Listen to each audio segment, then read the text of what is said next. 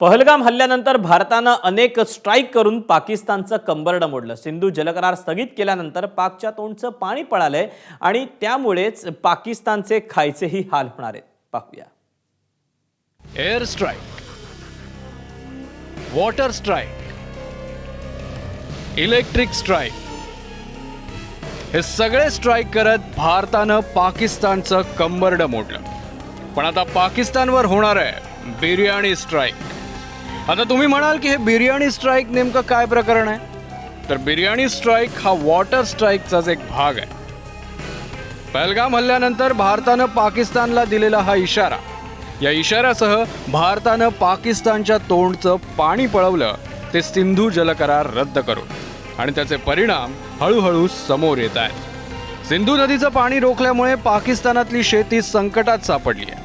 भात शेतीला याचा फटका बसलाय आणि आता त्यामुळे पाकिस्तान्यांचे त्यांची आवडती बिर्याणी खाण्याचे आता हाल होणार आहेत.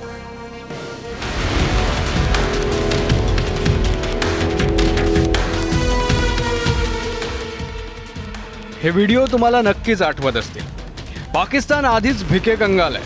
आट्यासाठी लागलेल्या रांगा, त्यावरून झालेले राडे, पाकिस्तानातली ही सगळी परिस्थिती अख्ख्या जगानं पाहिली.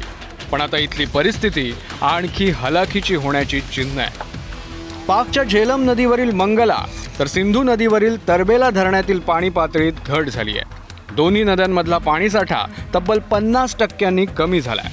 चिनाब नदीतील पाण्यावरही भारताचं नियंत्रण आहे. पाकिस्तानातील 90% शेती ही भारतातून येणाऱ्या पाण्यावर अवलंबून आहे. पाणी टंचाईमुळे पाकिस्तानात तांदळाचा तुटवडा होण्याची शक्यता निर्माण झाली आहे. या संकटामुळे पाकिस्तानी नेत्यांना उपासमारीची भीती सतावते आहे. अगर ये पानी का क्राइसिस नहीं अभी सॉल्व करेंगे तो हम भूखे मर सकते हैं. उसकी वजह ये है कि इंडस बेसिन जो है वो ही हमारा लाइफलाइन है.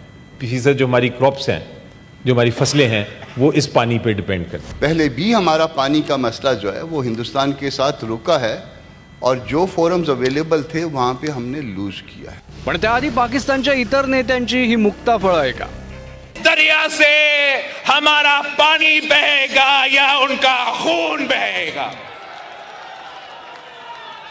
ऐसे नहीं हो सकता. तुम हमारा पानी बंद कर दोगे, हम तुम्हारा सांस बंद कर देंगे. सुन, अगर तू पानी बंद करेगा इंशाअल्लाह हम तेरी सांस बंद करेंगे. इन दरियाओं में फिर खून बहेगा. पण भारतानं पाकिस्तानच्या या पोकळ धमक्यांना एकामागून एक स्ट्राईक करत जोरदार उत्तर दिलं. त्यामुळे कंगाल पाकिस्तानचे आणखी हाल झाले. आता इथली महागाई आणखी वाढण्याची शक्यता आहे. 2020 मध्ये पाकिस्तानात 1 किलो तांदूळ 82 रुपये किलोनं मिळत होता. सध्याच्या घडीला तांदूळ 201 रुपये प्रति किलोवर पोहोचलाय. 5 वर्षात इथल्या तांदळाचे दर तब्बल 145% वाढले. पाणी रोखल्यानंतर पाकिस्तानचे फक्त खाण्याचेच हाल झाले नाहीयेत, तर इथली अनेक शहरं अंधारात बुडण्याच्या मार्गावर आहेत. कारण इथल्या अनेक जलविद्युत प्रकल्पांवरही याचा परिणाम होणार आहे. त्यामुळे पाकिस्ताननं आता यापुढेही आपल्या कुरापती सुरूच ठेवल्या तर तो दिवस दूर नाही ज्या दिवशी पाकिस्तान्यांच्या घशालाही पूर्ण कोरड पडेल.